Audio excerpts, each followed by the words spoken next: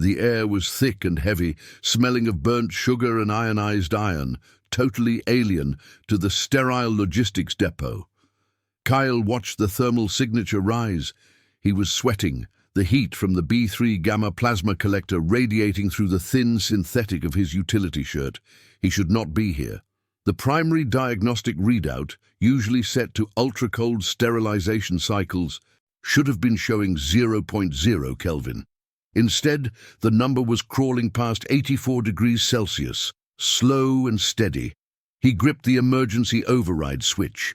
His knuckles were white. Every fiber of his training, every line of the Soulmate Protocol 33 Gamma screamed violation. Soulmate existed for one reason: systemic integrity. It mandated that the nutrient stock, Biopaste 12, remain chemically inert, perfectly optimized, and absolutely flavorless. Any deviation was a threat to centralized control. He held his breath, tasting the heat.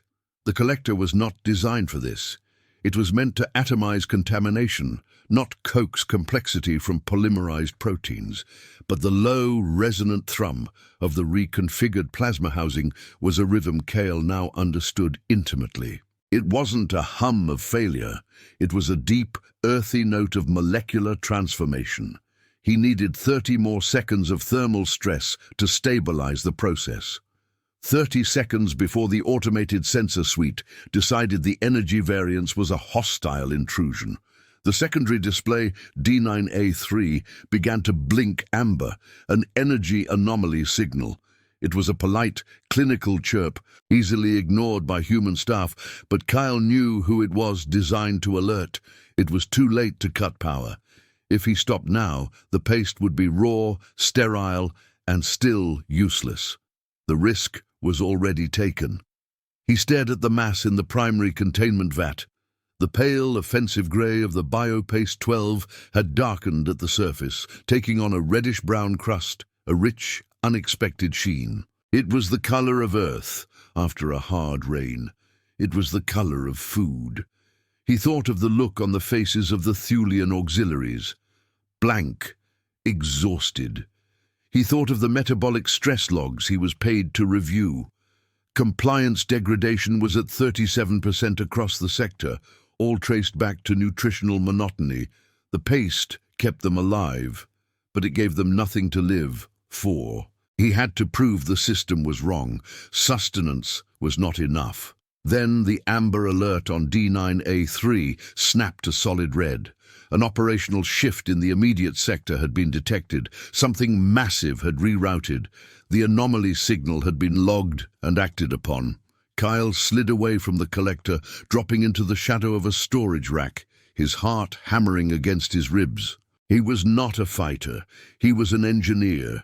His only weapon was a 6-inch thermal wrench and a decade of intimate knowledge of this specific supply post, Asclepius 7.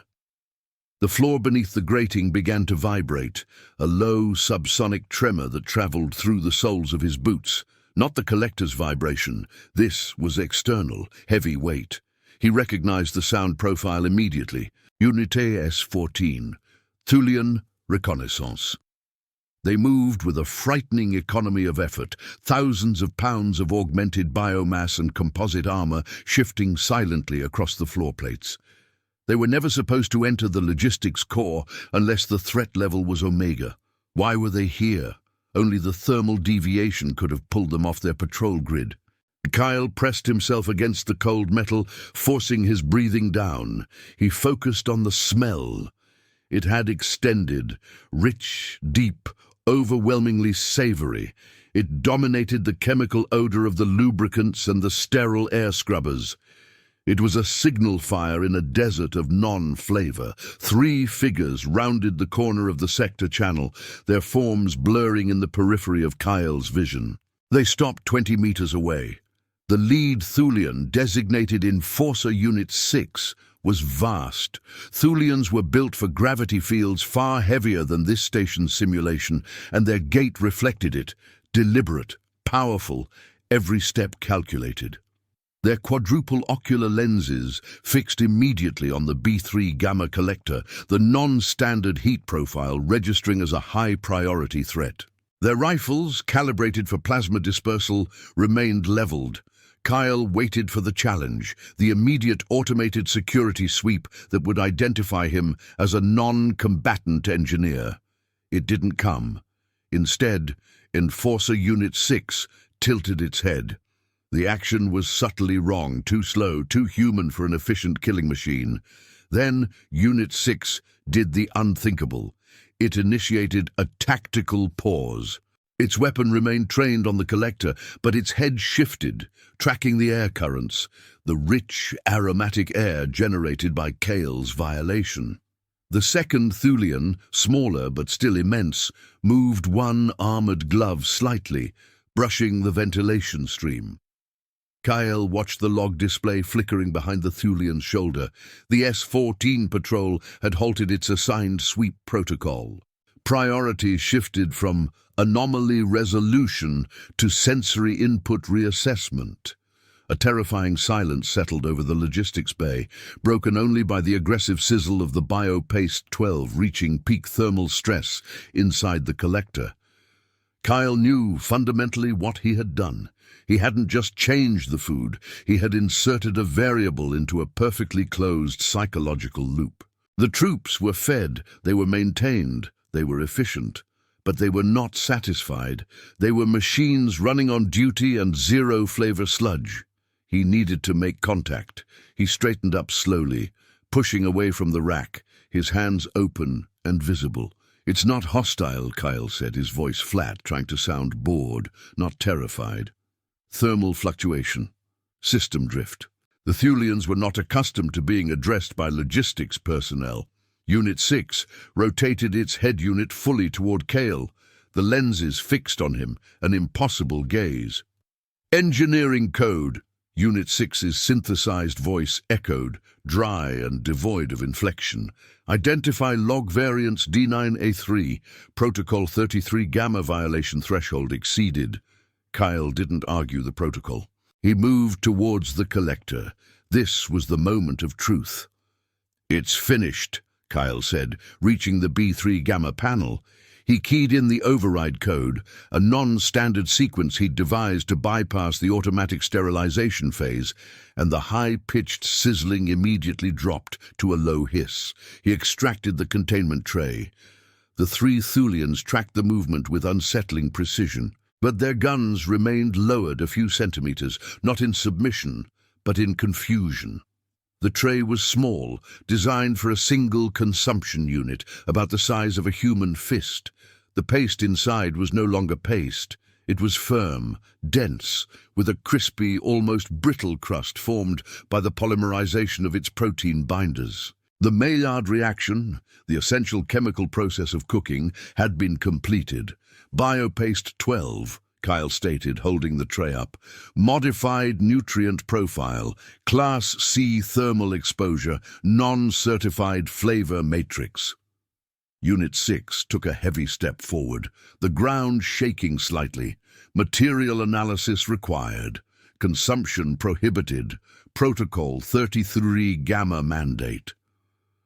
"I know the mandate," Kale countered, stepping around the collector. He focused on the deep, empty optical slots of Unit 6. "I also know the stress metrics. That paste will keep you functioning. This..." Kale tapped the crust with his finger, a sound like dried earth. "This will keep you compliant." The Thulians were trained to ignore subjective variables. They were designed for cold, systemic logic. Yet, the air between them vibrated with the rich smell. The third Thulian auxiliary, Unit 12, broke rank. It didn't speak. It simply reached out one massive, four-fingered hand. The fingers, tipped with carbon steel reinforcement, were gentle as they lifted the small tray from Kyle's grip. Kyle felt a sudden surge of heat rise in his neck. The shame of it. He was gambling his career, potentially his life, on the biological yearning of a warrior alien for a decent meal, a desire the system deemed inefficient. Unit 12 brought the tray to its helmet. The Thulian visor slid back with a soft pneumatic hiss, revealing a face Kale had only glimpsed in low-resolution training files. Grey-green dermal plates, heavy, multifaceted eyes, and a mouth designed for tearing, not tasting. The Thulian broke off a small piece of the caramelized paste. It brought it to its mouth. The next few seconds were the longest Kale had ever experienced. The systemic threat level was still high, and he was seconds from physical arrest. But the Thulian didn't react with violence or confusion. It reacted with stillness. The Thulian's great eyes closed. Its posture, rigid for months, decades perhaps, seemed to soften, collapsing inward just a fraction of a millimeter. The stress metrics logged remotely must be plummeting. This was more effective than any sedative. Unit 6, the Enforcer, let its massive rifle finally tilt down, resting the barrel on the floor. It waited, watching Unit 12. Conclusion 12, Unit 6 demanded, its voice laced with forced objectivity. Unit 12 opened its eyes. The faceted pupils seemed sharper, clearer. It swallowed. The material, Unit 12 reported, its voice synthesized but now infused with an odd, slow gravity, activates suppressed neural pathways. Palatability indices exceed all known combat ration standards by 400%. Priority override recommended. Requesting replication parameters.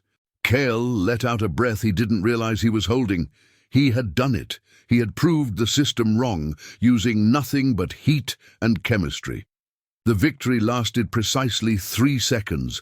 The entire logistics bay plunged into darkness. Not a power failure, a system alert blackout. The emergency red running lights flickered on, painting the metallic surfaces in a dangerous crimson glow. A new, deeper alarm overrode the Thulian communications band. The final fatal log had been filed. Violation Soulmate Protocol 33 Gamma, executing logistical sequestration. Protagonist Kale held for review pending, all access restricted. The voice that cut through the darkness was not synthesized. It was human, sharp, and laced with absolute institutional authority. Kyle, this is Logistics Commander Arkin. You are now under custody. The doors at the far end of the bay slid open, revealing 4 heavily armed security drones, their energy shields raised, already locking coordinates on Kale. Behind them stood a tall, thin man in the white uniform of the Soulmate Regulatory Commission, Commander Arkin.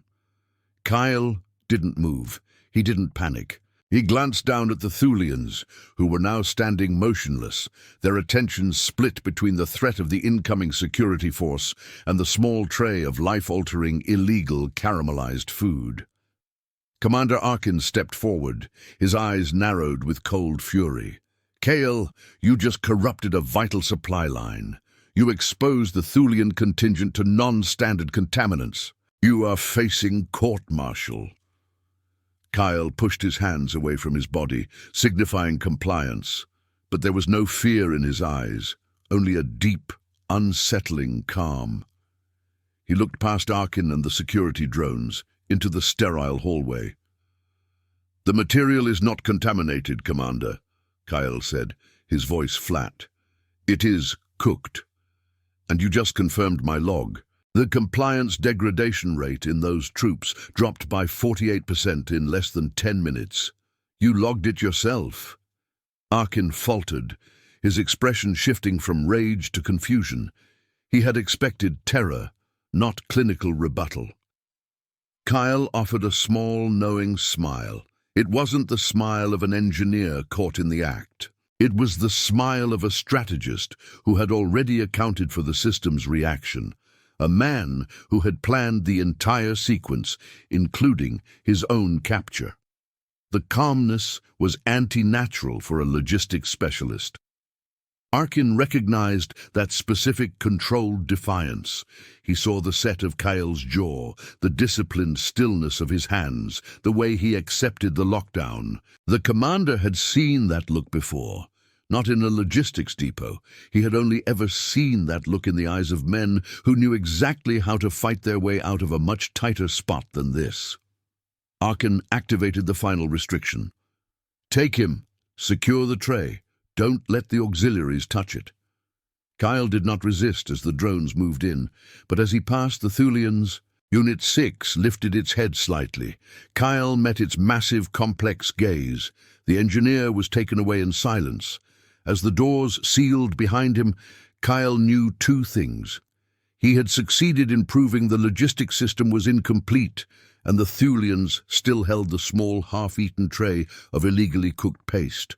That single savory taste, now confiscated by the system, was the only thing standing between those troops and the sterile, unforgiving logic of the stars. It was a debt he had willingly incurred, and now he had to pay it. The detention suite was designed for immediate logistical quarantine, stripped of any thermal variation that might encourage contemplation. Kyle felt the cold of the floor through his synthetic boots, a pervasive, sterile chill that tasted like the inside of an aseptic processing unit. He sat on the bench, his wrists loosely cuffed with energy suppressors that felt less like restraints and more like constant low-grade static interference. Commander Arkin watched him from across the minimalist table. Arkin hadn't changed positions in the last 2 hours. He was efficiency personified, thin, angular, dressed in the crisp white of soulmane. The only sound was the high, monotonous hiss of the air filtration system, removing every possible scent, including Kale's own residual sweat and the phantom smell of caramelized biopaste 12. Kale tried the systemic rebuttal again. Commander, the log D9A3 is archived. It explicitly shows a compliance degradation reversal of 48.5%, verified by 3 independent biometrics on Unit 12. This is quantifiable data supporting a morale-based logistical necessity. Arkin tapped the flat surface of the table once, a dry, definitive sound. You violated Protocol 33 Gamma. That protocol does not permit the introduction of subjective chemical variables into the ration matrix. Your data, Kyle, is irrelevant because the means were uncertified. We do not chase subjective metrics like morale. We ensure functional longevity and systemic compliance. Kyle's jaw tightened. This was the wall.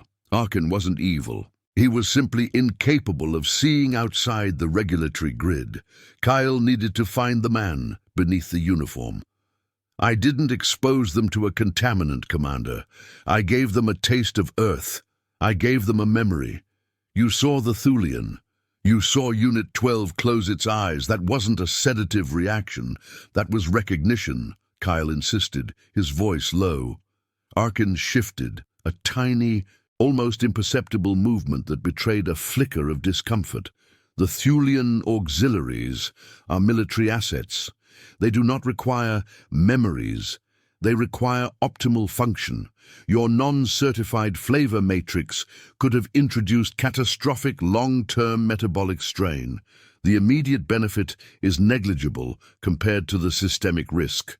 The systemic risk is that your soldiers are losing the will to fight, Kyle countered, leaning forward. His hands were still, controlled. He was gambling on Arkin's fear of failure. My logs show sector-wide psychological fatigue, Commander. When the food tastes like nothing, life starts to feel like nothing. Arkin paused, his eyes narrowing slightly. You speak of this as if you are a psychologist, Kale. You are a logistics engineer. Your specialty is flow optimization, not emotional welfare. The cold in the room seemed to deepen. Kale felt the familiar heavy weight of his failure settle in his stomach. He was not just arguing about rations, he was arguing about his own past. He closed his eyes briefly. He remembered the reports from the Emira expedition 6 years ago, a 3-cycle deployment where he had meticulously managed the fuel and caloric intake for the deep space miners. Every input optimized, every waste factor minimized. The efficiency was perfect, but the miners, deprived of any sensory complexity, any connection to the life they were sustaining, started breaking down. Not physically, but morally. When the crisis hit, they simply stopped responding. His own sister, Mira, was on that assignment. She had reported back, "Kyle, the numbers are right, but the life isn't in the math anymore." The fear of loss, the shame of that cold, systemic failure, was Kyle's constant companion, the guilt that pushed him to defy the protocol now. He had optimized Mira's world right out of existence. He opened his eyes, the memory gone, leaving only the need to fix the current error. The failure of the Mira protocols proved that the system cannot sustain life on efficiency alone, Kyle said, the name leaving his lips flat and clinical, devoid of personal reference. Arkin, however, recognized the reference. The Mira disaster was a standardized case study in systemic fragility. He leaned closer, lowering his voice for the first time. That systemic fragility, Kyle, is why Protocol 33 Gamma is so strict. To prevent unknown variables, you have activated a higher-level alert than my command can manage. The Nexus logistical review is already involved. The name, the Nexus, hit Kyle with physical force. Soulmate was bureaucracy. The Nexus was the unblinking eye of the central defense grid. They did not deal in fines or demotions. They dealt in immediate systemic correction. "What is their mandate?" Kyle asked. Arkin hesitated, running a hand over the collar of his pristine uniform. He was genuinely concerned now. A bureaucrat sensing the arrival of something worse than himself. Sequestration of all logs and materials related to the thermal modulation, and a sector-wide replacement of all BioPaste 12 stock, Arkin admitted. They are labeling the modified paste as a Class 4 toxin exposure risk, non-compliance citation. Kyle stared. Toxin? It was protein and fat. They are fabricating contamination to erase the data. They are restoring systemic integrity, Arkin corrected, his voice hardening. The truth of your success is the greatest threat to their control. If the auxiliaries learn that morale is a necessary variable, the entire chain of command is destabilized. Flavor is anarchy, Kale, and the Nexus cannot tolerate anarchy. The problem was far greater than a court-martial. If the Nexus labeled the cooked paste a toxin, Kale's successful alteration would be forever erased, and the Thulians, who desperately needed the psychological relief, would be fed an official lie, reinforcing their miserable compliance loop. Kyle had not just proved the system wrong, he had given the system a necessary target to crush. Kyle began to tremble, but it wasn't from fear. He was concentrating, he was analyzing the cold. The detention cell was regulated to a standard 22 degrees Celsius, optimal for human staff review. But Kyle had worked on the internal climate controls. He knew the thermal dampeners were weak near the ventilation ports. Regla de impacto. Kyle forced a tremor, letting his body slump forward slightly, mimicking shock or exposure. He pressed his cuffed wrists against the cold metal table surface, drawing heat rapidly away from the local capillaries. "I need medical assessment," Kyle muttered, shivering visibly. "Acute thermal exposure residual. My core temperature is dropping." Arkin bristled, suspicious but forced to react to protocol. "You were exposed to high heat in the logistics bay. You should be running warm." "The B3 Gamma collector uses cryogenic coolant pipes in the housing," Kyle wheezed, rubbing his temple. "Flash heat exposure followed by rapid cooldown. I think I'm going into shock." Arkin leaned over the table and pressed the intercom. "Requesting a MedSec drone. Detention Bay, Delta 9. Protocol subject Kale demonstrating signs of severe thermal shock." Kale watched Arkin's left hand as he moved. Arkin's access panel to the detention suite security logs was on the wall, approximately 2 meters from the table. The moment the MedSec drone was summoned, Arkin would be distracted by its arrival sequence. A few tense minutes later, the outer door hissed, and the drone rolled into the airlock, its proximity sensors flashing blue. Arkin stood up, turning his attention to the drone interface. Kyle used the distraction. He lunged, not toward the door, but toward the central maintenance access point on the table.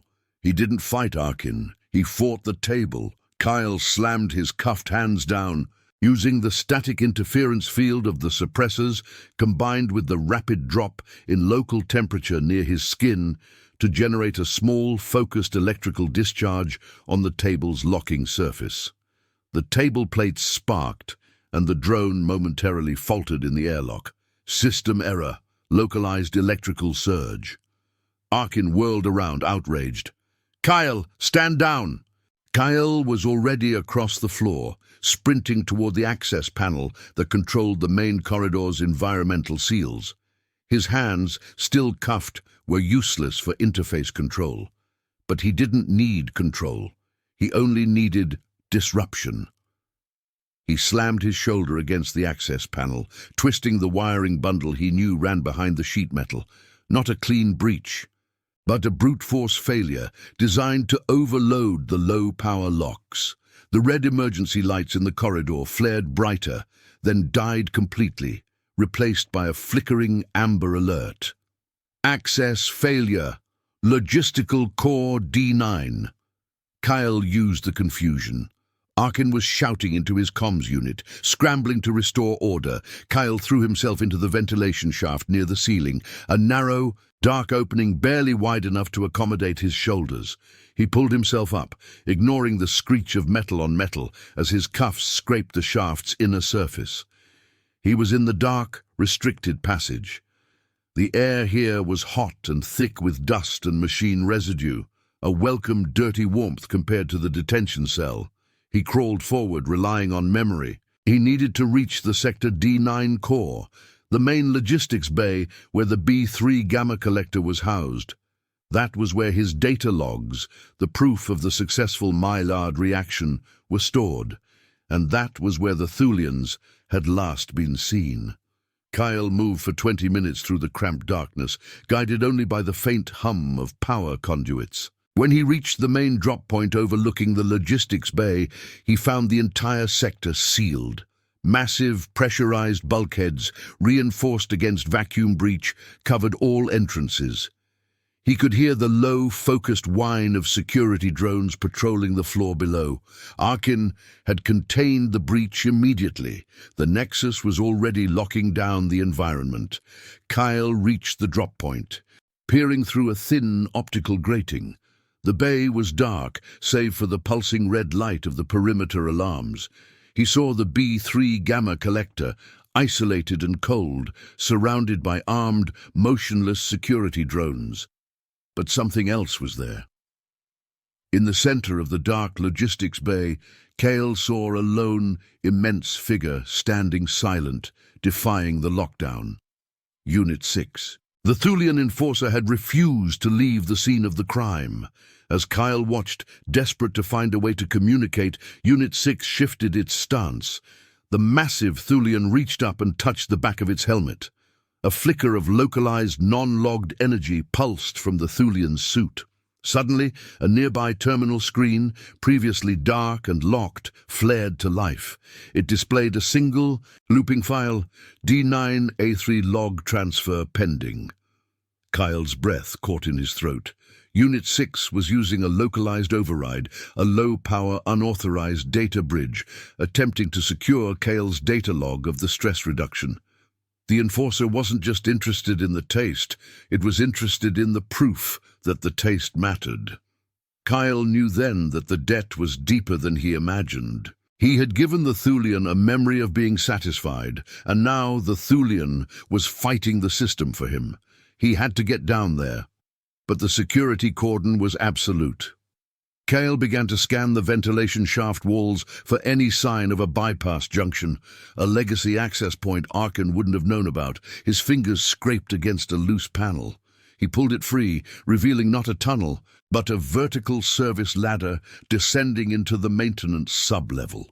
He slipped into the pitch-black vertical shaft, the cuffs on his wrists scraping a desperate rhythm against the rungs.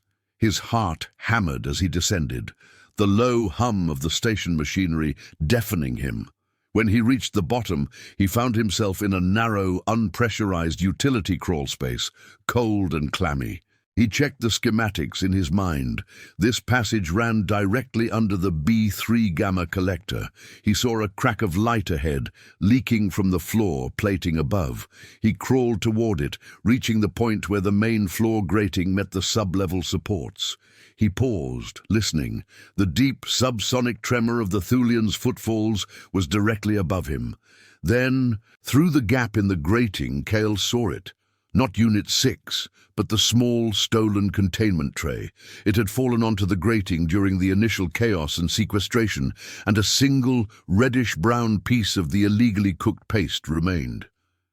Cale stretched out his cuffed hands, reaching up toward the floor, inches away from the last surviving fragment of his successful rebellion. Suddenly, the subsonic tremor above him stopped. Total silence. A sound Cale didn't recognize followed, a slow, deliberate metallic grinding coming from the ceiling of the utility space directly above his head. Cale looked up just as a section of the crawl space roof began to retract silently. A beam of focused blue light speared down into the darkness. The Nexus. They hadn't just sealed the bay, they had mobilized the deep maintenance security system to neutralize the threat from below. The beam of blue light solidified, resolving into the chilling geometry of a specialized Sentinel drone, designed not for arrest, but for silent, permanent material erasure. The drone hovered, its targeting system fixed not on Cale, but on the small, critical piece of caramelized biopaste 12 resting on the grating above. Cale saw the drone's weapon charge. He had 30 seconds before the system vaporized his proof. He had to decide, save himself and run, or risk total exposure to retrieve the last remaining piece of evidence. He forced his cuffed hands through the gap in the grating, desperately reaching for the cooked paste. Just as his fingers closed around the fragment, a massive, four-fingered, armored hand dropped down from above the grating, inches from Cale's wrist. It was Unit 6. The Thulian was not reaching for the paste. It was reaching for the Sentinel drone, attempting to rip the weapon from the air, defying its own protocol to protect the fragile existence of the non-certified flavor matrix. The Nexus drone, sensing the physical threat, diverted its focus from the paste to the Thulian's hand, and the blue light intensified, ready to fire on the asset Cale had risked everything to save. Cale watched, helpless, as the Thulian made its choice, knowing that in less than 5 seconds his small piece of defiance would cost the life of an auxiliary warrior. He didn't hesitate. He pulled the fragment of paste into the dark, and then Cale heard the new sound, a sound that cut through the silence, traveling through the cold metal structure around him, a high-pitched, insistent chirp.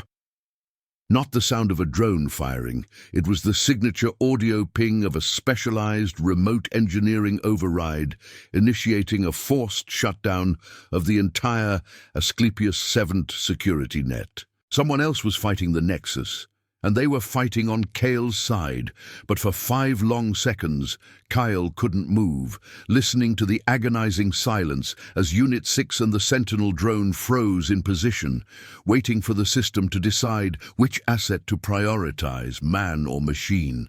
Cale pulled the scorched biopaste close, pressing it against his chest. He looked up into the darkness above. The question was not if he had an ally, but whether this unknown intervention was designed to save Cale, or merely to ensure the complete destruction of the 1,500 units of biopaste 12 that were now stored in the B3 gamma collector, awaiting vaporization. He knew he couldn't leave the core now. He had to find out who had just risked everything to save his data, and why they needed his illegally cooked paste. The high-pitched, insistent chirp of the remote override faded quickly, replaced by the deep internal thrum of the Asclepius 70 station's core systems surging back to life. Kyle pulled his hand back, the small, hard fragment of caramelized Biopace 12 a searing weight against his palm. He was breathing hard, the adrenaline spike burning through his exhaustion. The Nexus Sentinel drone above the grating was still frozen, its blue light dimming as power was diverted to system restoration.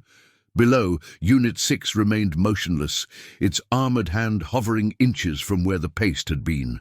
For 5 agonizing seconds, they were all statues caught in amber. Then, the static returned to Kale's cuffs, stronger this time, a painful reminder that the Nexus was tightening its grip. He had to move. He pushed his cuffed hands through the narrow gap in the grating and worked furiously at the support strut above his head. He didn't have tools, only leverage and desperation. His knuckles were raw, scraping against the thick metal until blood slicked the contact point. He strained, the cold of the utility crawl space amplifying the deep ache in his shoulders. Finally, with a shriek of tortured metal, the grate buckled and tore free. Kyle scrambled through the hole and onto the main floor of the logistics bay. The air was thick with the sterile ozone smell of reactivated security grids. He ignored the pain, focused only on the B3 gamma collector. His objective was the central data core, which housed the log D9A3, the digital proof of the compliance reversal. He sprinted the 10 meters toward the collector. The logistics bay was still sealed, the emergency red lights pulsing dangerously. The Nexus was fighting the mystery hacker, but it was winning the local battle. Kyle reached the collector panel and slammed his cuffed hands against the access interface, entering the sequence to retrieve the logs. The system responded slowly, sluggish from the forced shutdown. Attempt 1. Retrieve log. He heard the rising whine of the security drones behind him, pulling themselves out of their systemic coma. 3 drones, now with newly activated containment fields, were moving in tandem toward Unit 6, boxing the Thulian in. The display on the B3 gamma collector flickered. DIN A3 log. Corrupted. No, Kyle muttered, punching the interface again. He tried the deep retrieval code. D9A3 log, vaporized class 4, toxin erasure protocol executed. Kyle froze. The Nexus hadn't just locked the data. They had anticipated his retrieval attempt and destroyed the archive digitally. They had overwritten his truth with a lie. His successful experiment now existed only in the form of the one small fragment of paste he held pressed against his chest. The failure hit him physically. He leaned against the cold metal housing of the collector, gasping.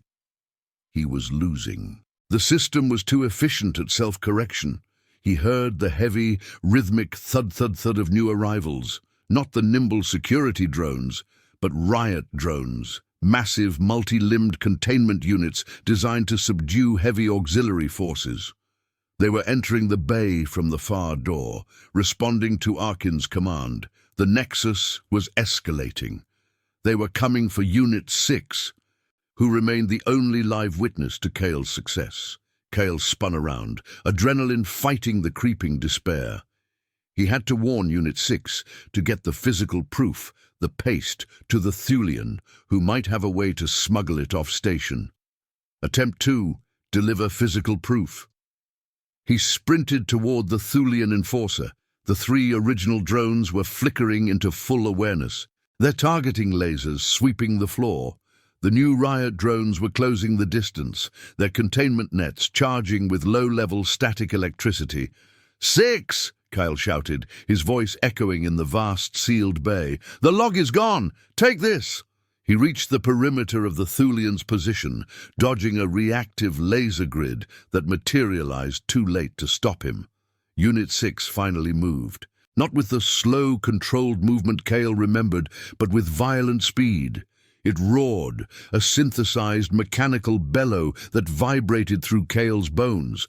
The Thulian was not reacting to Kale, but to the approaching riot drones. It raised its enormous rifle, not to fire, but to use the weapon's bulk as a barricade. Kyle reached out, offering the small fragment of cooked paste. Proof, take it. Get out of here. But Unit 6 did not take the paste. The Thulian was in combat mode, prioritizing systemic survival over subjective evidence. As the first riot drone launched its net, Unit 6 activated an immediate, localized lockdown sequence Kyle hadn't known existed. A massive, 6-meter-high reinforced blast door, designed for internal vacuum sealing, shot down from the ceiling between Unit 6 and Kale.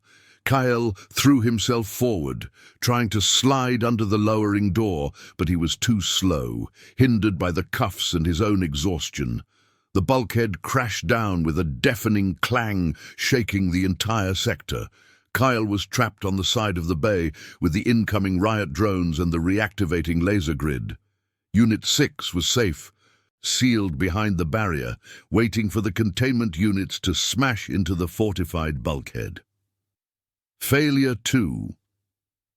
Kyle was separated from his only witness and his objective. He had lost the data and failed to pass the physical evidence. He was now alone, exposed, holding the last remaining fragment of the crime. He looked around desperately. The riot drones were adapting to the bulkhead defense, splitting into 2 teams, one to breach the seal and one now focusing entirely on Kale, the source of the initial disruption. De mal en pire, Kyle whispered to himself, the old expression of despair his father used echoing in the silent, red-lit bay. From bad to worse. His hands were slick with sweat and blood. He had nothing left to try. He scrambled back, moving into the shadow of the central power conduit. The containment fields of the riot drones pulsed, casting blue shadows that danced across the polished floor. Then the high-pitched chirp of the engineering override returned. It was localized now, humming through the internal comms of his synthetic utility shirt. A voice, crisp and calm, cut through the tension. "Engineer Kyle, you are exposed. Drop the material and use the 7 Alpha chute. It leads to the external port." Kyle stopped, heart hammering. The 7 Alpha chute. That was a deep maintenance access reserved for major hull breach repairs. It led to the outside. It wasn't on any standard schematics. Only senior personnel or those who built the station knew about it. "Who is this?" Kyle demanded, his voice a ragged whisper. "I am the architect of your window of opportunity," the voice replied, devoid of inflection, yet with a strange, calculated intimacy. "I facilitated the network shutdown. I am not sole mate. I am providing you with an extraction vector." Kyle's mind raced. Was this the Nexus playing a trick, or was it the power behind Unit 6? "Why the 7 Alpha chute?" Kyle asked. "That airlock is unstable. It's restricted." "Exactly," the voice said. "It is the last place they will look, because using it is suicidal. Now listen. Abandon the biopaste. It is compromised. Trace particulates are now tagged as Nexus evidence. If you try to carry it, you become an unviable asset." Kyle looked down at the crumb of cooked paste in his hand. It was worthless data, but priceless proof. He had failed Mira by trusting optimization over life. He wouldn't make the same mistake again. He needed this physical token of his defiance. "Negative," Kyle said into the silence of the bay. "I am keeping the material." A beat of absolute silence, then a sigh, faint but deeply human, passed through the comms. "You are forcing a variable, engineer. That is a luxury you cannot afford." Kyle ignored the warning. The riot drones were 10 meters away, preparing to fire their nets. He located the maintenance hatch for the 7 Alpha chute, a small, dark square hidden behind a massive fusion capacitor. He ran for it, diving behind the capacitor. He worked on the lock, using the electrical discharge from his cuffs again, forcing a momentary short circuit. The hatch popped open. I'm activating the chute's depressurization cycle, the voice said, suddenly urgent. You have 30 seconds to enter. After that, the Nexus will restore full power and seal the locks permanently. Kyle began to pull himself into the narrow, vertical tube. The air immediately became thinner, colder. The scent of recycled air was replaced by the acrid, metallic smell of high-altitude vacuum. Just as he was halfway into the passage, Kyle heard a sharp pinging sound, the system alert for an incoming high-level transmission. The voice on his comms shifted, losing its crisp electronic clarity. It was now slightly distorted, betraying a soft, non-human register. You should know, Kale. The voice, the ally, said, its tone suddenly cold. I am the Strategic Communications Officer for the Thulian Auxiliary Fleet. My name is Mina. We initiated this disruption to expose Solmate's reliance on sterile control. Your successful flavor matrix was the perfect wedge. Kyle froze, his heart dropping. Mina. The name was familiar. She wasn't just a handler, she was an embedded operator. The Thulians hadn't reacted to his paste, they had used his paste. He was a pawn in a far larger power struggle. You're Thulian, Kyle accused, struggling to pull the rest of his body into the chute. I am Thulian, yes, Mina confirmed. And our objective was tactical instability. You are refusing to follow simple tactical orders. You have become unpredictable. Kyle felt a terrifying shift in the atmosphere of the chute. The rapid depressurization was accelerating past a safety margin. The small red lights inside the chute began blinking rapidly. Mina, stop the cycle. You'll tear the seals. I am initiating Sector-Wide Containment Protocol 7, Mina stated calmly. This protocol requires the immediate, non-reversible sealing of all non-essential exit vectors. The 7 Alpha chute is now an unpressurized containment vessel. Kyle realized the horrific truth. Mina hadn't saved him to ally with him. She had used the chaos to maneuver him into a death trap she could control. He had become inconvenient. He looked at the piece of biopaste in his hand, the material proof that had cost him his freedom, his data, and now his life. He kicked against the floor grating, trying to push himself higher into the chute, away from the airlock seal that was about to engage. The final, terrifying sound came not from the machinery, but from Mina's voice, cutting off all other noise. It was devoid of the sophisticated filters Kyle had heard moments before, revealing a deep, resonant, alien texture. The voice was heavy with cold, strategic authority. Goodbye, Engineer Kale. You were too valuable to be left alive. The pressurized airlock door to the external docking port slammed shut above Kyle with a solid thunk. The light in the chute died. Kyle was suspended in absolute darkness, the thin, icy air rushing past him toward the vacuum of space, sealed in an unpressurized cylinder with the last, illegal remnant of cooked food pressed against his chest. He was alone, trapped and slowly suffocating, betrayed by the very force he thought he was assisting. This was the true systemic cost of defiance. Kyle did not panic. Panic was a waste of caloric energy, and he was running a massive deficit. The air was screaming past him. A sound of tearing atmosphere, pulled by the hungry vacuum of the external port seal just above his head. Mina had sealed him inside a decompression chamber designed for deep void welds, not human transit. He had 10 seconds of breathable atmosphere left, maybe less, before the cold reached his core and the pressure differential crushed his lungs. He pressed the fragment of cooked biopaste 12 against his throat, ignoring the desperate scratching of his raw, cuffed wrists against the rough interior of the chute. He focused on the immediate environment. The 7 Alpha chute was a nightmare of non-standard construction, but Kyle knew its failure tolerances. It was not sealed perfectly. It was shaking violently, the metal groaning as the depressurization accelerated past safety parameters. He jammed his foot against the lowest pressure regulator he could reach, kicking viciously. The regulator was designed to vent pressure, not intake it. It fractured with a dull snap. Kyle immediately forced his cuffed hands against the exposed conduit wires, generating the familiar short-range electrical discharge he had perfected.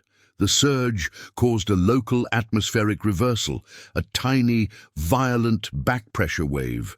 It wasn't enough to pressurize the chute, but it stalled the air loss for a crucial 5 seconds and, more importantly, jammed the external seal mechanism, preventing immediate vacuum exposure. He gasped, sucking in air that tasted of ozone and pulverized insulation. He was alive, momentarily suspended in a semi-vacuum, trapped between the closed door of the logistics bay and the sealed, failing outer port. Then, the bio-paste fragment in his hand began to hum.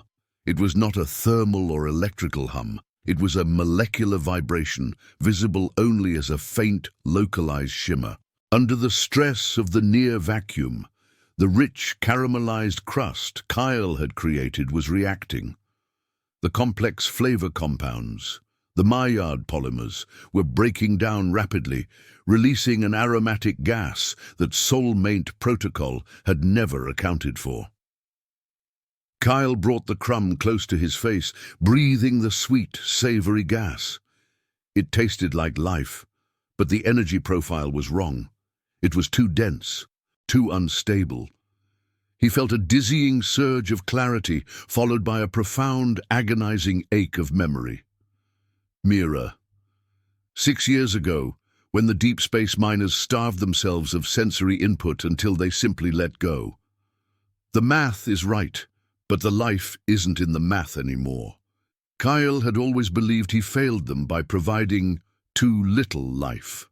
Now, he realized he had provided the Thulians with too much. Mina's voice cut through the localized comms, static-laced, triumphant, and panicked all at once. "Kyle, the Nexus detected the anomaly. You should have been sealed. What did you do to the chute?" "I introduced an uncontrolled variable," Kyle wheezed, rubbing his eyes against the disorientation caused by the paste's chemical release. "Same thing I did to your rations. Tell me the truth, Mina. What is Biopaste 12 really suppressing?" Mina's professional filter was gone, replaced by the deep, guttural tone Kyle heard earlier, the sound of an alien warrior, not an officer. "The Biopaste 12, she said, her voice dangerously low, is a neural suppressant. It mitigates the latent Thulian response to prolonged psychological fatigue, preventing the awakening of the deep state, the ancestral memory matrix. Soulmate calls it compliance. We call it systemic neutering." Kyle felt the floor drop out from beneath his moral understanding. He wasn't introducing taste. He was reversing an essential, if draconian, biological control. "And my cooked paste?" Kale asked, his mind already calculating the risk. "The Maillard reaction, Kale. It metabolizes the binding agents, but it destabilizes the neural suppressants. You didn't just give Unit 12 a better meal, you gave it a flicker of memory, a memory of what Thulians were before we signed the auxiliary protocols. Aggressive, tribal, terrifyingly efficient. The suppression keeps us safe from ourselves, Kyle. The flavor gives us back our ancient rage." Kyle finally understood the impossible choice he had manufactured. Mina and the Thulian fleet were using the paste's disruptive properties to expose Soulmate's control. They didn't want morale, they wanted leverage. They needed Kale to prove that the sterile system was a chemical weapon. But Kale's success was too efficient. It was awakening the very thing the system was designed to contain. He looked down at the crumb of biopaste, now radiating a faint warmth. He was holding a chemical catalyst that could either liberate the Thulians to their full dangerous identity or condemn them to sterile servitude. This was the impossible dilemma. If Kale allowed the Nexus to seize the remaining biopaste, Soulmate would analyze it, replicate the flavor without the neural suppressants destabilizing, and create the ultimate slave ration, flavorful yet completely compliant. Arkin would win, and Kale's truth would be co-opted for deeper control. But if Kale used the knowledge he now possessed, the Paste's capacity to trigger the deep state, he would be unleashing a chaotic, potentially genocidal force onto the station, confirming Soulmate's belief that the Thulians were too dangerous to be granted agency. He would save their humanity, but perhaps destroy humanity in the process. Kyle thought of Mira again. He hadn't failed her by providing too little sustenance.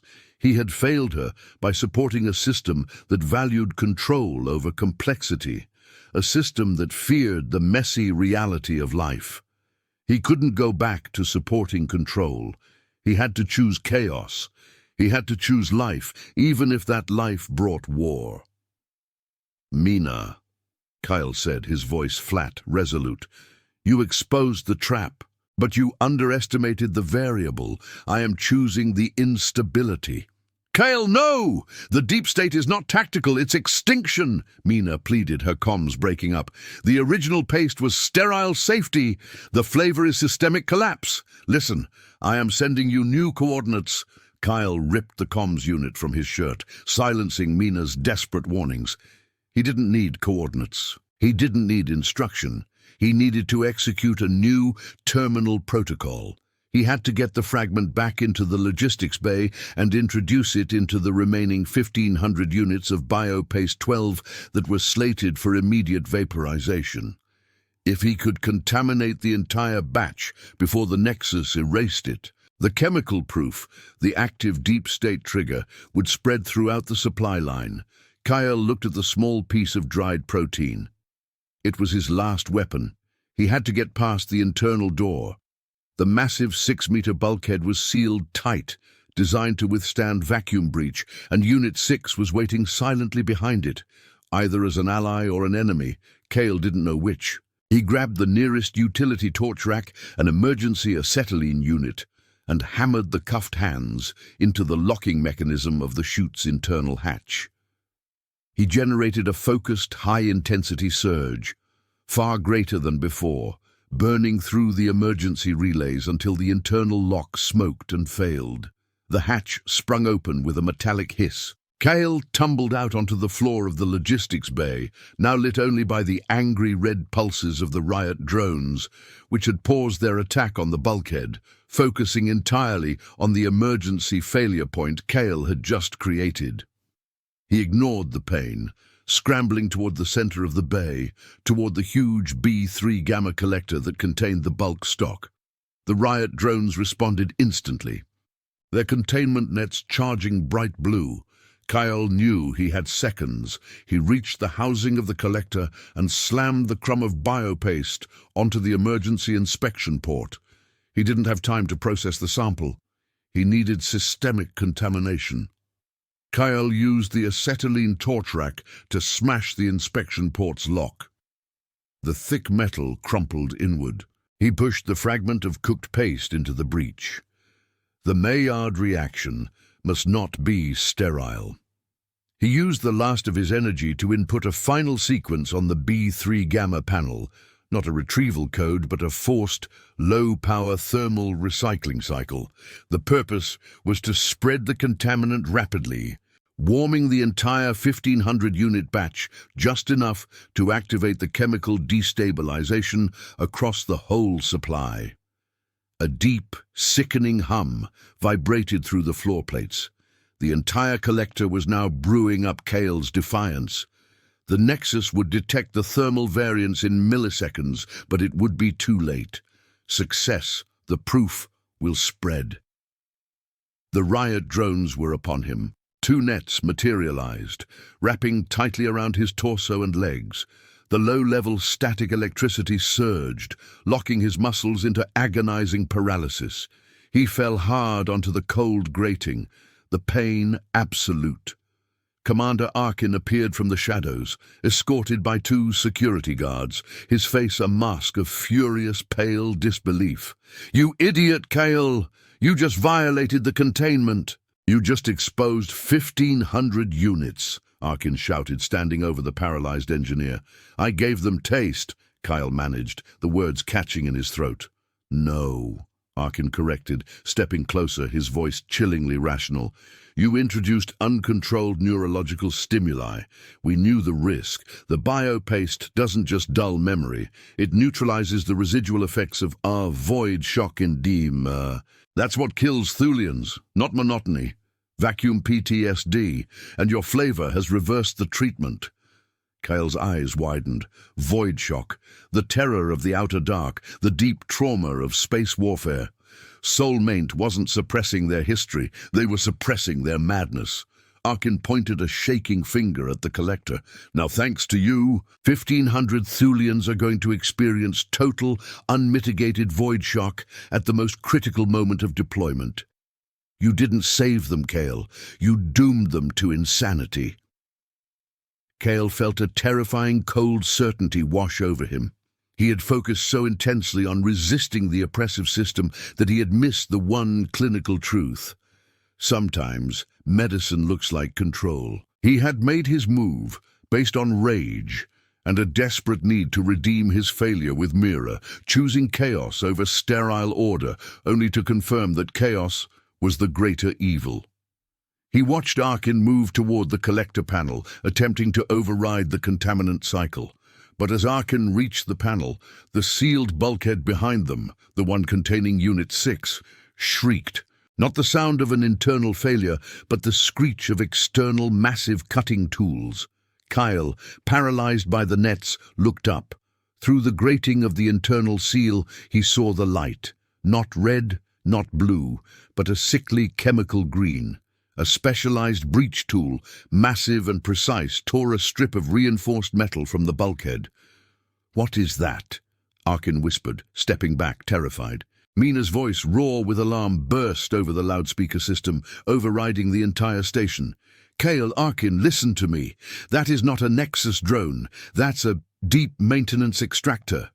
It's an automated response system, older than Soulmate, designed to excise any asset exhibiting active deep-state memory outside acceptable parameters." The cutting finished. The hole was small, maybe 2 meters across, but perfectly circular.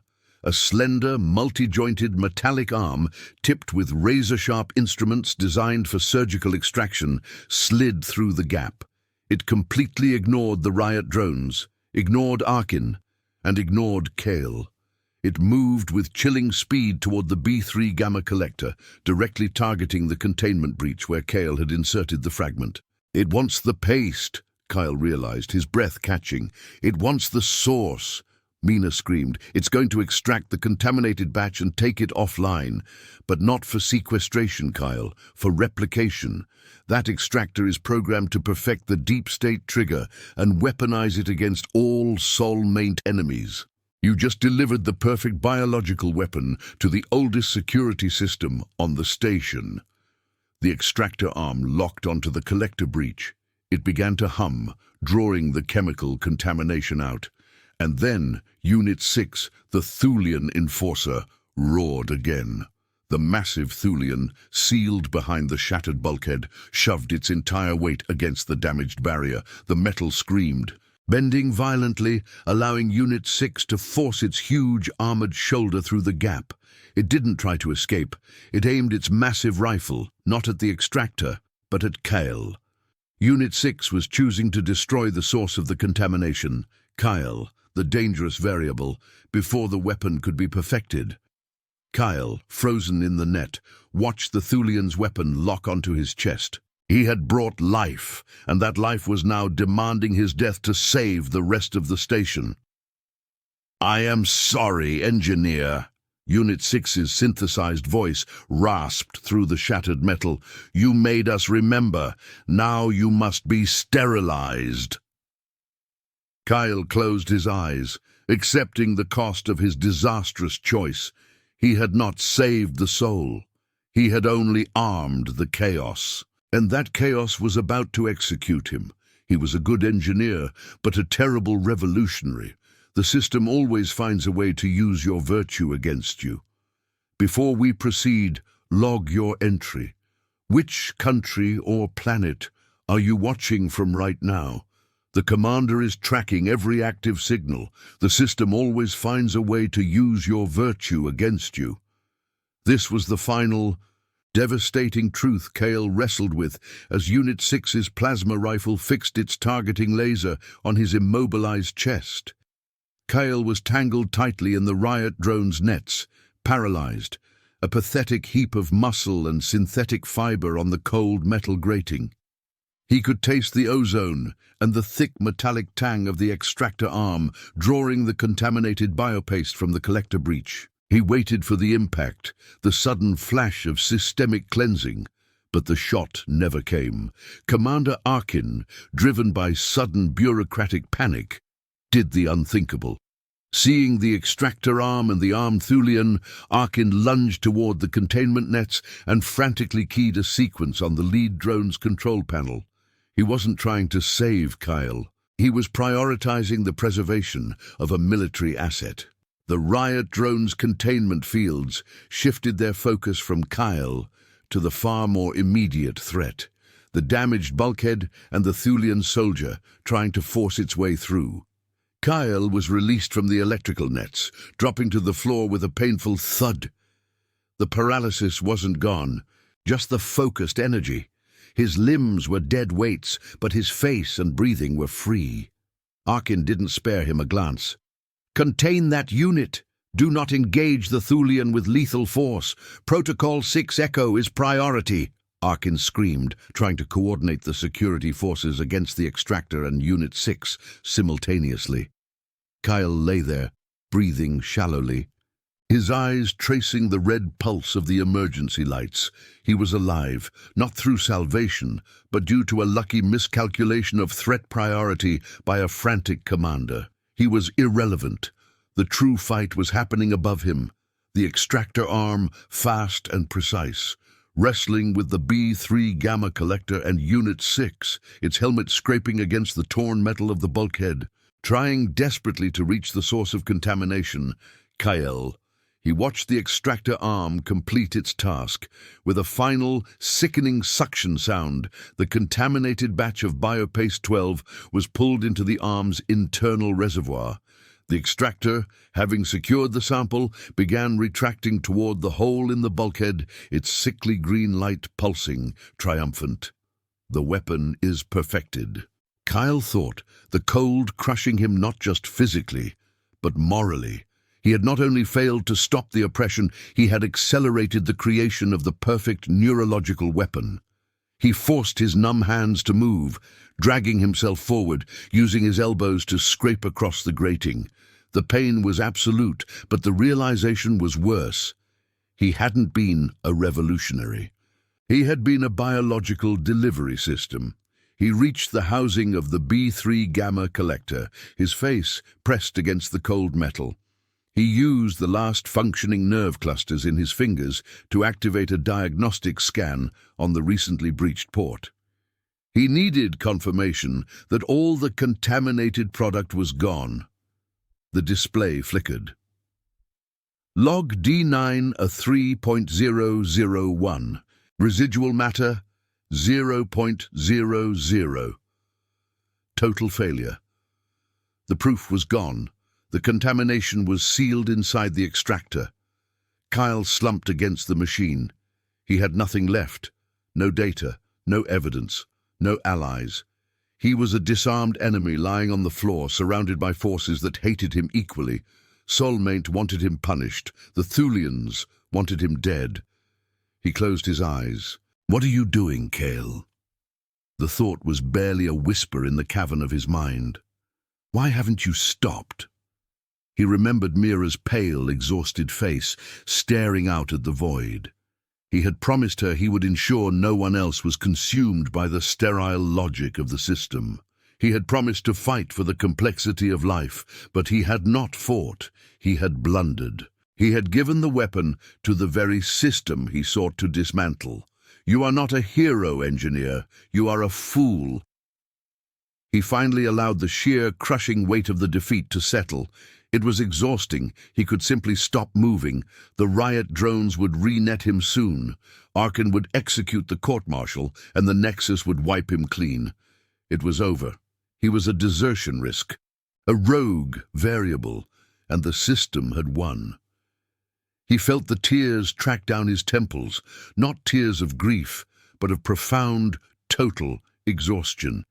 He hadn't cried since Mira. He lay there, paralyzed and weeping silently for the thousands of Thulian lives he had just condemned to the horrors of void shock, compounded by a hyper-efficient deep-state trigger. Then, through the cacophony of alarms and Arkin's frantic shouts, Kyle heard a sound that was impossible, a sound that cut through the noise with chilling clarity. A quiet, repetitive click. It was coming from the extractor arm, which was slowly pulling the now full reservoir back through the bulkhead. The click was mechanical, precise, and utterly non-standard. Kyle forced his head to turn, dragging his eyes to the extractor arm. The slender, multi-jointed metallic arm, moving with surgical precision, was retracting. But just before its reservoir passed completely through the hole in the bulkhead, the tip of the extractor, the razor-sharp, sterile instrument cluster, made an unnecessary movement. It didn't just retract, it brushed the torn edge of the 6-meter bulkhead. And as it brushed the metal, the clicking sound intensified. Kyle, trained in station mechanics, realized what he was hearing. A specific low-level binary transmission. The extractor was using the frequency of the mechanical tremor to transmit data. He didn't understand the sequence, but he recognized the pattern. It was an engineering log protocol, but disguised. The extractor was not supposed to communicate with external interfaces unless performing a certified diagnostic dump. Kyle's mind, sluggish with pain and defeat, began racing. Why is the oldest, most sterile defense system communicating during asset extraction? He forced his functional left hand toward the nearest service terminal, a small auxiliary diagnostics panel a meter away. The paralysis nets had been removed, but the aftershock left his muscles unresponsive.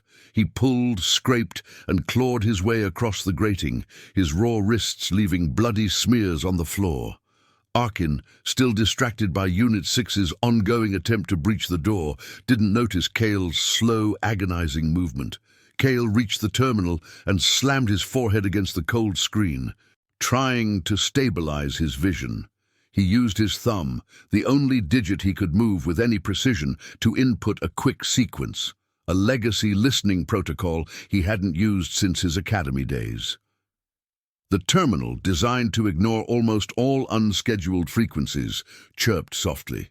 It had intercepted the transmission. Kyle leaned closer, eyes wide with desperate focus. The data scrolling across the screen was heavily encrypted, layered in archaic security protocols. He couldn't read the content, but he could read the header. Source: Deep Maintenance Extractor. Destination: Asclepius 7. Primary: Navigational Array. The extractor wasn't sending the data to the Nexus command. It was sending the information to the station's navigational core, the core that calculated jump vectors and escape trajectories. And then Kyle saw the final chilling line of text beneath the header, a line that defied all systemic logic. Status: Alert. Non-compliance, requesting immediate escape vector. Cargo: Engineer Kale. The extractor had catalogued Kale as its cargo. It hadn't been trying to kill him or replicate the weapon.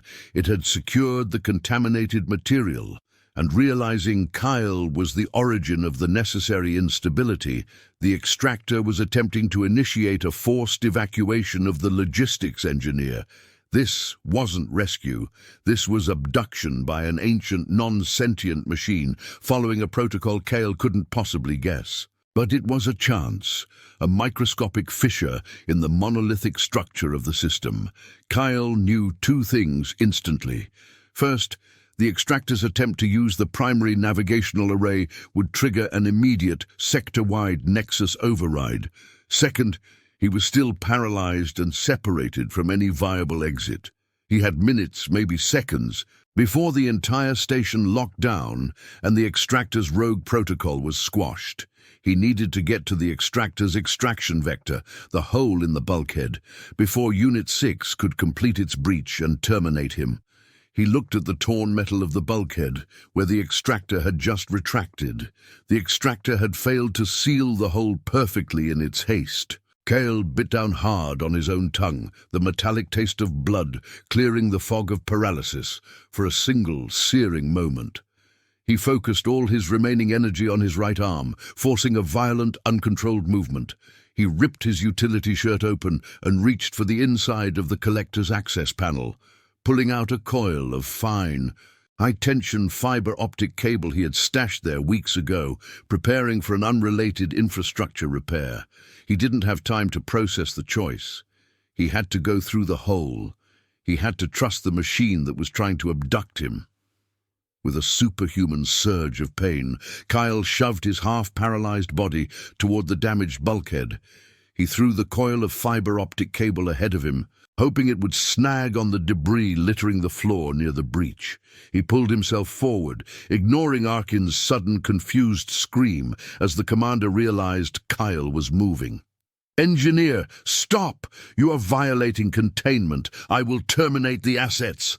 Kyle didn't answer. He reached the torn metal, his body scraping raw against the sharp edges. He saw the gaping hole, and beyond it, the armored shoulder of Unit 6, still wedged in the gap, preventing the Thulian from fully entering or exiting. Kyle had only one path, under Unit 6's shoulder. He threw his remaining weight into the opening, squeezing himself beneath the Thulian's massive bulk, the pressure on his ribs excruciating. Unit 6, sensing the movement, shifted violently. Its synthesized voice roared, amplified by the confined space. Sterilization protocol, target acquisition. Kyle pulled with his last ounce of strength, and just as the extractor's log transfer completed, triggering a high-level nexus alert that caused the floor lights to flash epileptic white, Kale squeezed through the hole, landing on the dark, pressurized deck on the other side. He was in the main patrol corridor. He was free of Arkin, free of the riot drones, but he was facing a much greater threat. The extractor was gone. Kyle collapsed, lying on the floor, weak and bleeding, the fiber optic cable still clutched in his hand. He was waiting for the extractor to communicate the escape vector. Instead, the comms unit in his ear, the one he thought he had ripped out, crackled to life. Mina's voice returned, strained and desperate, but not directed at him.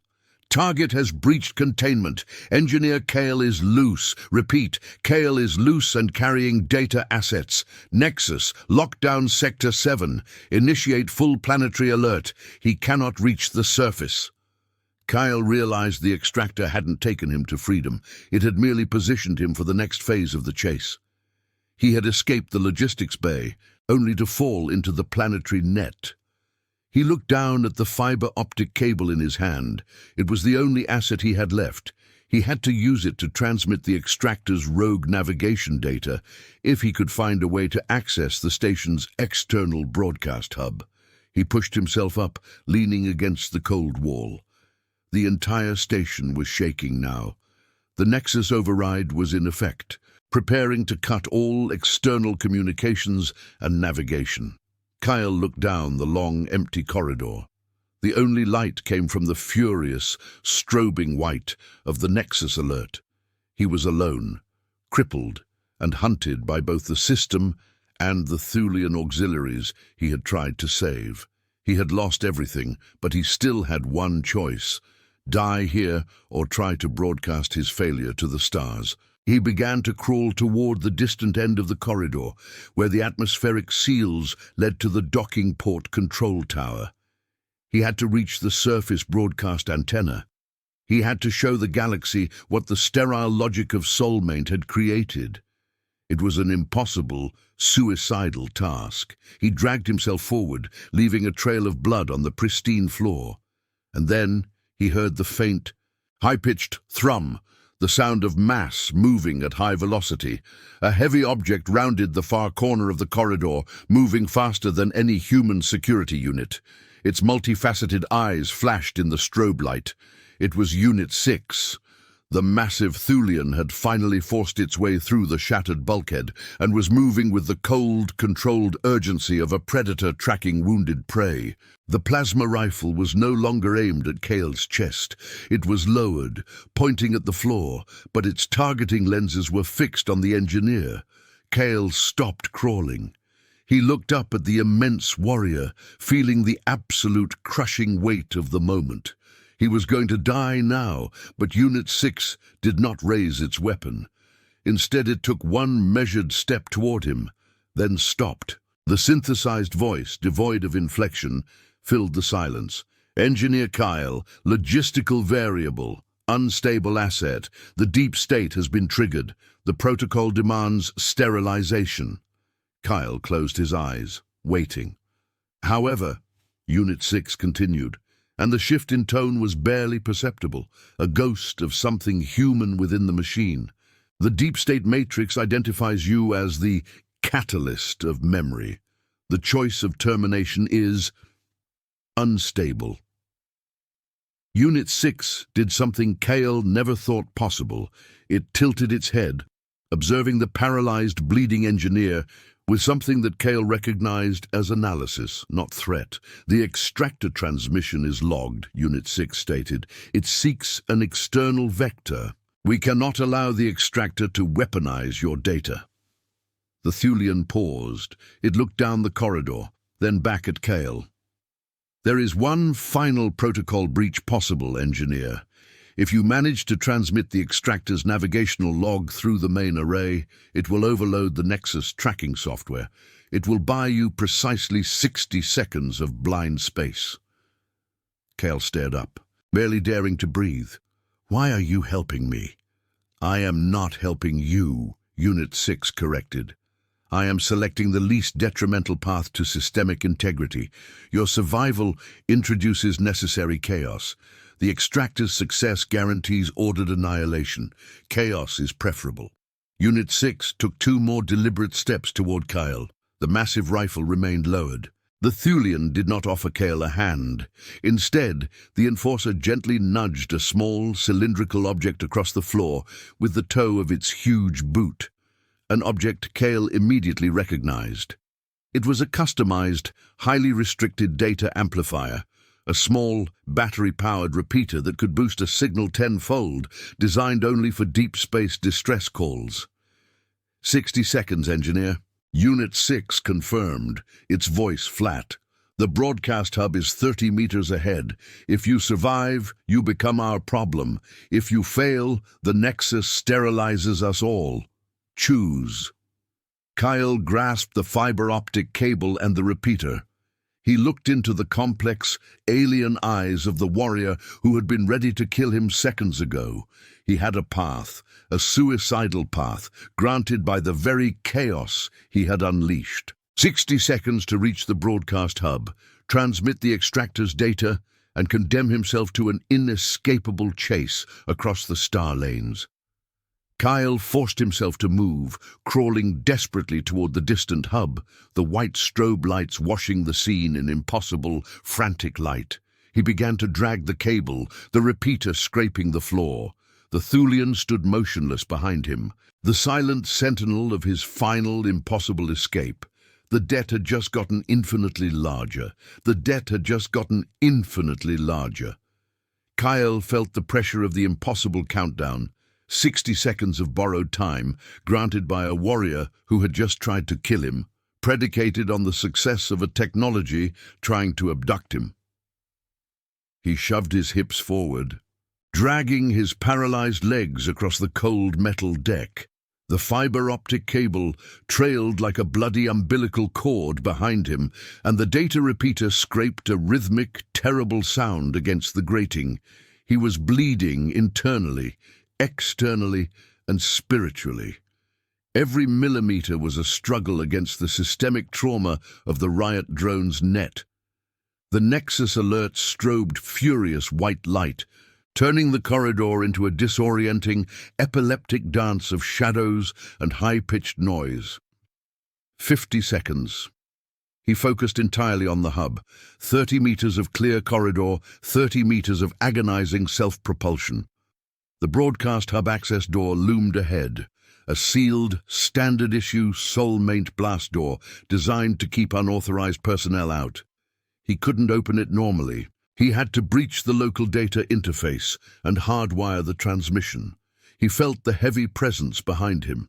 Unit 6 remained, its massive bulk filling the corridor, a terrifying anchor in the storm of chaos Kyle had created. The Thulian was not protecting Kyle. It was guarding the critical window of opportunity, ensuring no immediate security response terminated the engineer before the required 60 seconds of chaos were introduced. Kyle dragged himself to the door. His breath came in ragged, burning gasps. 35 seconds. He reached the access panel. His cuffed hands were useless for the delicate work needed to bypass the biometric lock. He gripped the data repeater, the cylindrical booster feeling impossibly heavy, and smashed it against the thin aluminum panel covering the maintenance array. The aluminum crumpled but didn't break. Kyle smashed it again, a sound of desperate, ragged fury echoing in the corridor. The shock sent fresh waves of paralysis through his legs. He screamed, a dry, choked sound, and smashed the repeater a third time.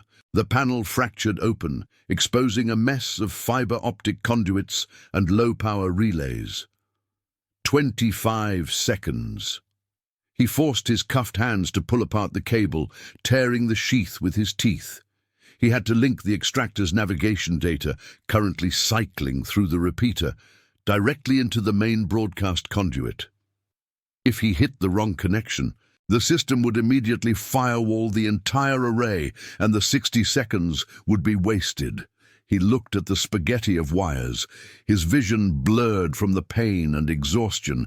His fingers, still numb from the net, lacked the necessary fine motor control.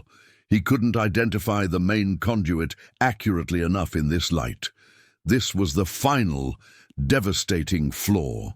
Kyle was an engineer defined by precision. His success depended on molecular accuracy, and now his own body had betrayed his ability to execute the solution. 15 seconds. He heard the rising whine of security drones approaching from the other end of the corridor, Arkin or Mina finally reorganizing their pursuit. He let go of the cables, slumped against the wall, giving up on precision. He needed to weaponize his failure, the very numbness that rendered his hands useless. He took the repeater, jammed the exposed fiber optic wires into the central cluster of conduits, and wrapped his cuffed hands around the connection point. He wasn't connecting, he was short-circuiting. He channeled the last of his latent bioelectrical energy, mixing it with the amplified signal from the repeater, turning the connection point into a localized EMP. The terminal exploded in a flash of blinding white light and a shower of sparks, followed by the acrid smell of burning circuit boards. The energy surge was massive, uncontrolled. It didn't send the extractor log cleanly. It blasted a torrent of raw, corrupted, unfiltered data directly into the broadcast antenna, bypassing all protocol and security firewalls. 5 seconds. Kyle fell back, blinded, ears ringing. The hub door shuddered violently, its internal locking mechanism fried by the surge. The comms unit in his ear screamed to life. It was Mina, her synthesized filters completely gone, her voice thick with fury and a guttural, terrifying Thulian resonance. "You fool, Kale! You didn't just transmit the log, you corrupted the entire Nexus Array signature. You overloaded the system with noise." Kyle smiled, a thin, bloody line on his face. He finally understood Mina's game. She wanted controlled instability, a tactical exposure. Kyle gave her absolute blinding chaos. "Complexity over control, Mina," Kyle gasped. You have unleashed the Deep Maintenance Extractor's navigational vector into the galaxy as a raw distress signal, Kyle. Every major power will intercept it as a declaration of war. You have just started a sector-wide conflict. Mina's voice was breaking, filled with genuine panic. The Nexus cannot track a single signal, but now everyone knows Asclepius 7 is collapsing. 0 seconds. The white strobe light died. The screaming alarms ceased. An eerie, sudden silence enveloped the corridor, broken only by the crackle of burning circuitry near the hub door. The entire station went dark, illuminated only by the faint, residual light filtering from the observation ports. The Nexus tracking system was not just blinded, it was temporarily vaporized by the sheer volume of chaotic, redundant data Kale had forced through the main broadcast array. Kale had his 60 seconds of blind space. He pushed himself up, leaning against the smoking remains of the hub panel. He looked down the corridor toward the gaping hole in the logistics bay bulkhead. Unit 6, the Thulian Sentinel, took one final step towards Kyle. It stopped less than a meter away. The enormous warrior looked down at the broken engineer, its head slightly tilted, analyzing the result of Kale's defiance. "Analysis complete," Unit 6 stated, its voice low and resonating in the sudden silence. The broadcast successfully disabled the systemic search grid. The result is total non-compliance across the sector. Kale wiped the blood from his mouth. Is that failure, Unit 6, or optimization?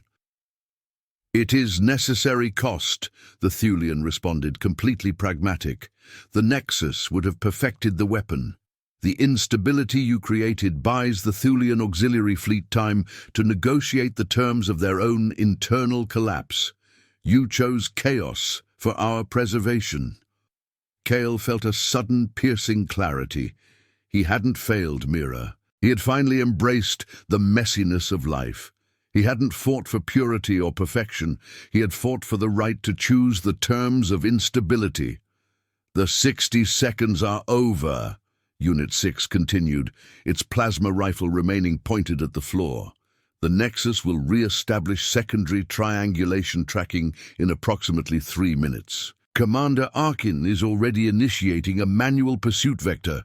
Unit 6 raised its enormous hand, not toward Kale, but toward the wall panel adjacent to the broadcast hub. The Thulian's armored fingers ripped the panel clean off, revealing a hidden vertical access hatch, a secondary maintenance ladder Kale hadn't known existed.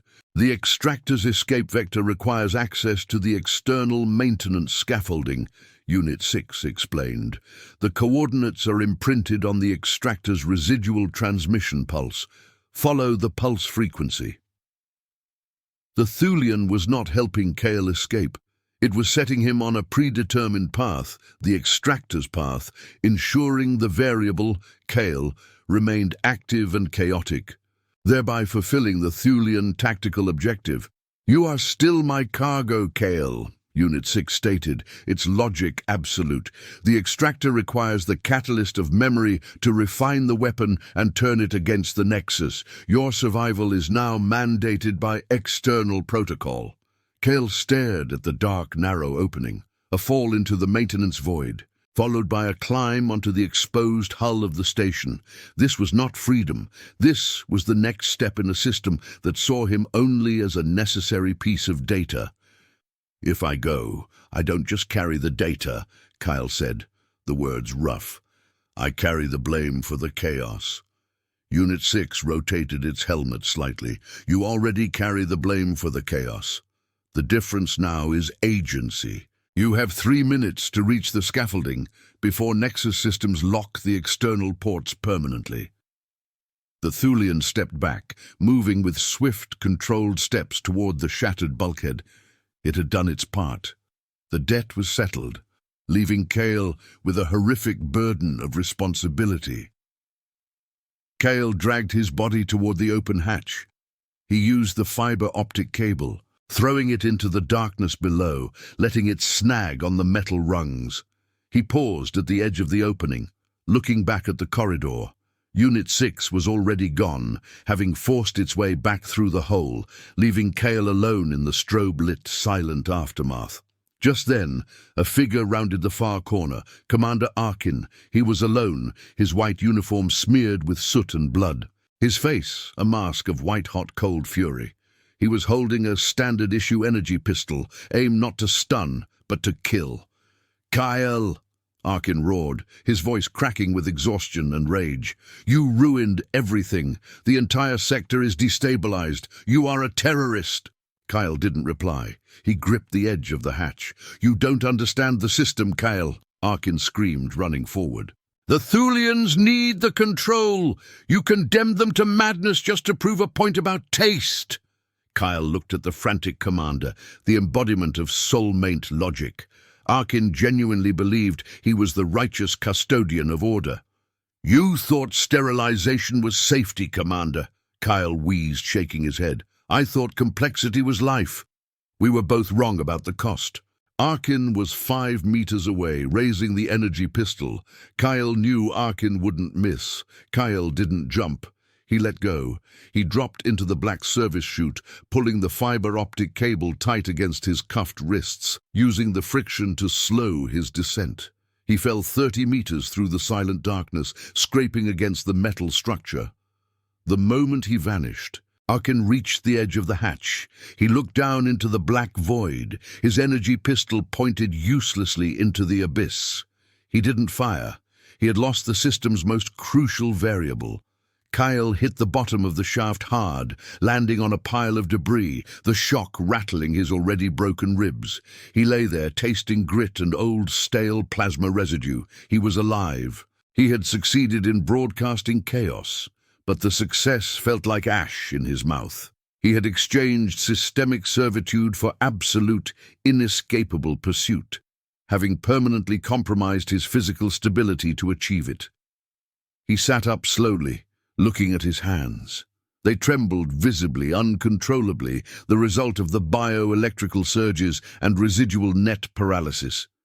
He was permanently damaged, unfit for delicate work, a logistics engineer who could no longer operate a sensitive terminal. The system had crippled him where it mattered most. He looked around the maintenance tunnel.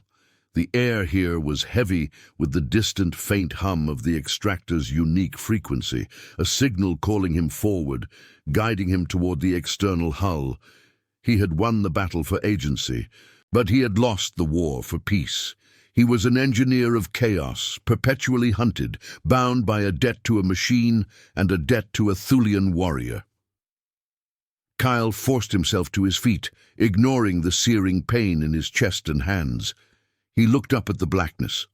He knew what he had to do. He had to follow the signal and reach the surface, whatever the price. He had to learn what his chaos would cost the galaxy.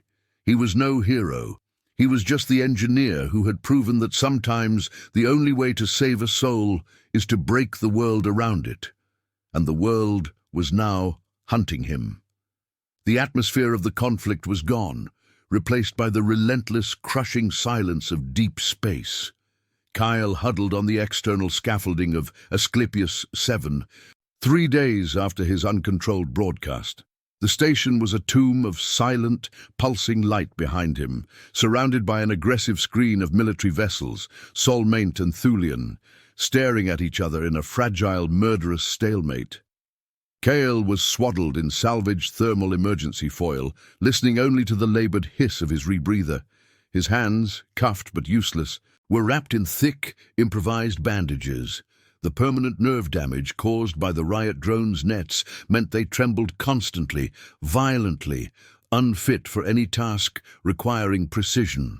The system had taken his ability to be an engineer. He was starving.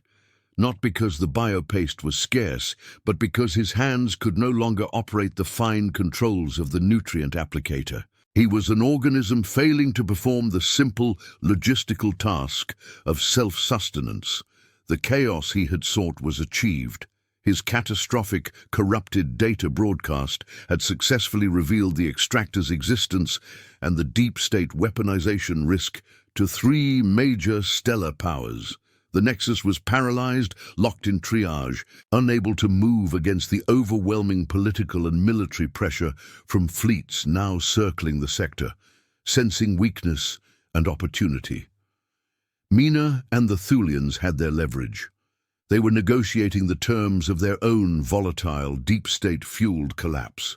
Arkin, the frantic commander, was gone, pulled into the central soulmate core to become the scapegoat for the security failure. Kyle was no longer a threat. He was a liability, a loose variable that both sides preferred to see contained in the vacuum.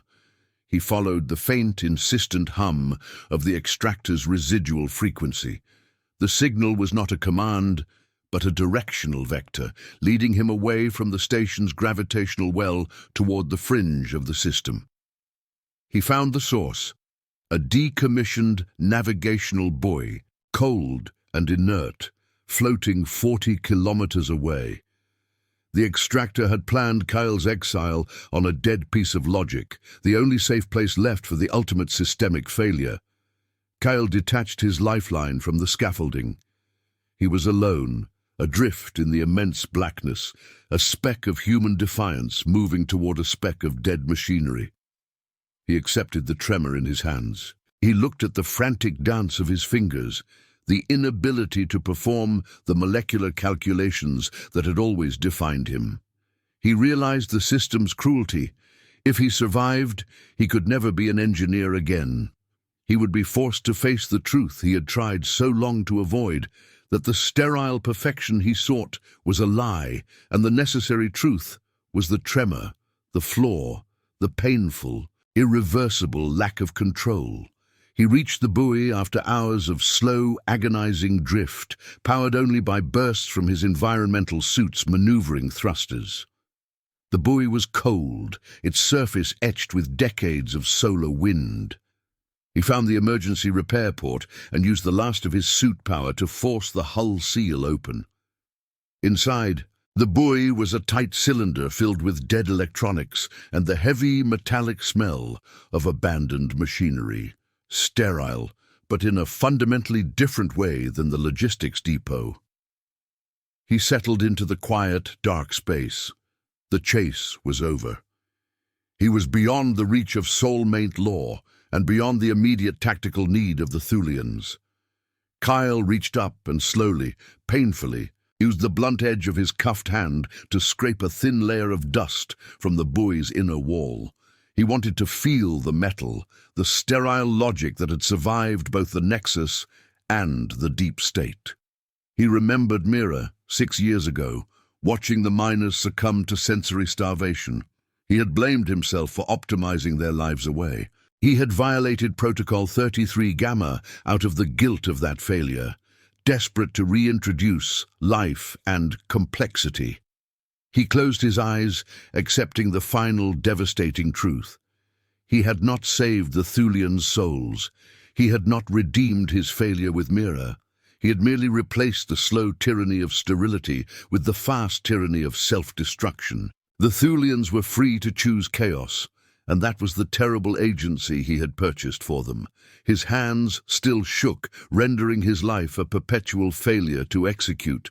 But the paralysis was no longer a flaw. It was a constant physical reminder of the price paid. He was not a revolutionary. He was the catalyst who had accelerated a necessary, horrible divorce between species. He had chosen complexity over control. And now he was living with the complexity of his own permanent damage. He would carry the guilt for the void shock, not as a paralysis of conscience, but as an active, burning responsibility to never trust purity again. Kyle learned what mattered, not the integrity of the system, nor the nobility of the cause, only the consequence. The choices he made were permanent, and they were messy. He was the engineer who had introduced the Maillard reaction into the system, forging flavor and complexity from sterile sludge. And in doing so, he had forced the universe to choose between control and collapse. Kyle rested his head against the cold metal hull of the dead navigational buoy. He had achieved the only form of peace left to him, the acceptance of his absolute, agonizing failure. The air was thick and heavy, smelling of burnt sugar and ionized iron, totally alien to the sterile logistics depot. That was how it began. Now, Cale was alone. The heavy, aromatic air was simply gone. All that remained was cold, clean emptiness. This story is now part of the archive. Subscribe to help preserve future transmissions and share this episode with someone who still believes in science fiction.